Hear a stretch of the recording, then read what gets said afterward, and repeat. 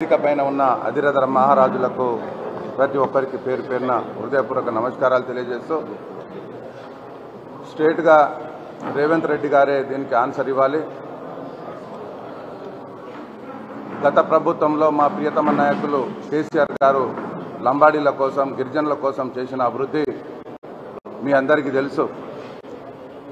దశాబ్దాలుగా మేము పోరాడి స్టూడెంట్ లైఫ్ నుంచి పోరాడుతున్నప్పుడు మా తండాల్లో మా రాజ్యం కావాలి, మా తండాలను గ్రామ పంచాయతీలు కావాలని కోరాం. మా తండాలను గ్రామ పంచాయతీలు చేసిన ఘనత మా ప్రియతమ నాయకులు కేసీఆర్ గారు. అలాగే 6% రిజర్వేషన్ నుంచి 10% రిజర్వేషన్ చేసిన ఘనత కేసీఆర్ గారిది. పోడు భూముల సమస్య ఎన్నో దశాబ్దాలుగా మా రైతు బిడ్డలు, మా గిరిజనులు, మా లంబాడీలు ఎదురు చూశారు పట్టాలు ఇవ్వండి అని. అలాంటి కొన్ని లక్షల ఎకరాలకు పోడు భూముల పట్టాలు ఇచ్చింది మా ప్రియతమ నాయకులు కేసీఆర్ గారు.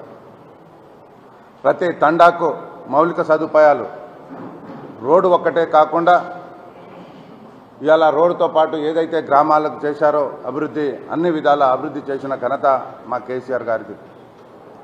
ఇవాళ చెప్పుకుంటూ పోతే గత పాలకులు చేసిన అభివృద్ధి, గత ప్రభుత్వం చేసిన అభివృద్ధి మా కేసీఆర్ గారు చేసిన అభివృద్ధి తప్ప ఇంకేమి లేదు, ఏమి చేయలేదు.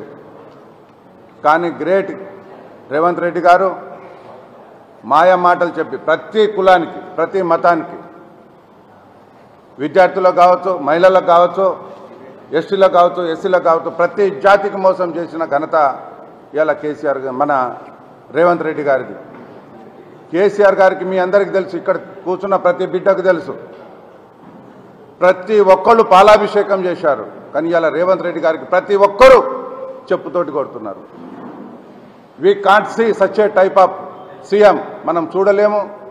ఆయన మాట్లాడిన బూతులు కూడా మనం చూడలేము. మరి ఆయన రేవంత్ రెడ్డి సీఎం అనుకుంటున్నా, ఒక లేబర్ అనుకుంటున్నాడా, ఒక రౌడీ అనుకుంటున్నాడా, ఒక గుండా అనుకుంటున్నాడా నాకైతే అర్థం కావట్లేదు. రేవంత్ రెడ్డి గారు ఇప్పటికి సంవత్సరం అయింది. ఇప్పటికైనా కొన్ని మార్పులు చూసి ప్రజలు మాట్లాడే మాటలను మీరు గమనించి ఇప్పటికైనా కొద్దిగా సెట్ కాండి. ఆ గుంపు మేస్త్రిలాగా, కలర్ మేస్త్రిలాగా కాకుండా కొంచెం ఒక సీఎం లాగా బిహేవ్ చేయండి. ఇంకోటి లఘుచర్ల విషయం కాడ మీరు మా గిరిజనులను ఇబ్బంది పెడుతున్నారు, తుపాకులతోటి బెదిరిస్తున్నారు, ఇవాళ చిందరవందర చేస్తున్నారు. ఇవాళ తుపాకులతోటో మీరు బెదిరిస్తే జాతి మా గిరిజనులు కాదు అని చెప్పేసి నేను ఈ సభాముఖంగా చెప్తున్నా. ఇవాళ అడవిలో పుట్టి అడవిలో పెరిగిన జాతి లంబాడీలు.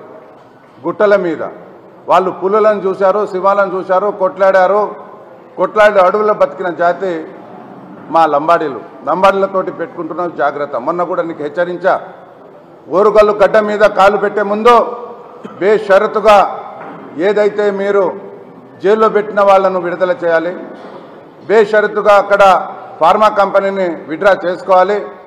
అరే ఎన్ని సంపాదిస్తావురా భయ్, 1000 సంవత్సరాలు బతకడానికి రాలే మనిషి. మీ అల్లుడికి ఇప్పటికే చాలా దోచిపెట్టావు, ఇంకా ఎంత పెడతావు? లంబాడీల జాగా దొరికిందా నీకు? అది విరమించుకోవాలి. అక్కడ మళ్ళీ లఘుచర్ల కాడ మేము ఫార్మసీ ఇండస్ట్రీ పెడతామని చెప్పేసి సాహసం చేస్తే బట్టలు కూడా తీసి కొడతాం, వదిలిపెట్టే సమస్య లేదు. రేపు నువ్వు అనుకుంటున్నావు కావచ్చు వరంగల్ సభ చాలా బ్రహ్మాండంగా జరుగుతుంది అని చెప్పేసి. ఏ వేషంతో ఎలా వస్తారో ఎలా చేస్తామో చూపెడతాం, మేము చూపెడతాం. మా సత్తా ఏందో, లంబాడీల సత్తా ఏందో చూపెడతాం. నేను లంబాడీలను ఒకటే కోరుతున్నా, మా గిరిజన బిడ్డలను ఒకటే కోరుతున్నా, ఒకటి కాండే జాతి బాధపడుతున్నారు. గర్భిణి అని చెప్పి కూడా చూడకుండా జ్యోతిని వాళ్ళ భర్తను లాక్కోపోయారు. పాపం ఆమెకు ఎవరు దిక్కుముక్కులేదు. పురిటి నొప్పులతోటి బాధపడుతుంటే కూడా చూడలేదు. రేవంత్ రెడ్డి గారు నిన్ననే పాపం తగిలింది, మీ భార్య పాపం పడిపోయి చేయి విరిగిందని విన్నా. ఇవాళ రేపు భగవంతుడు కూడా కంప్యూటర్ పెట్టుకున్నాడు, ఎప్పటిది అప్పుడే చూస్తున్నాడు. కాబట్టి ఆ పాపం నీకు కట్టవద్దు అనుకుంటే దయచేసి వాళ్ళ తెరువుకు పోవద్దు. వాళ్ళను వెంటనే విడుదల చేయండి, వాళ్ళను న్యాయం చేయండి. చేస్తారని చెప్పి నేను ఆశిస్తున్నా. ఎక్కడ చూసినా అన్యాయమే ఎస్టీల మీద. పాలకుర్తిలో మొన్న, తొర్రూరులో మొన్న, ప్రతి రాష్ట్రం అంతటా ఎస్టీల మీద దాడులు జరుగుతున్నాయి. జాగ్రత్త బిడ్డ, ఖబర్దార్ అని చెప్పేసి సమయం లేదు. ఇప్పటికే పాపం చాలా సమయం అయింది.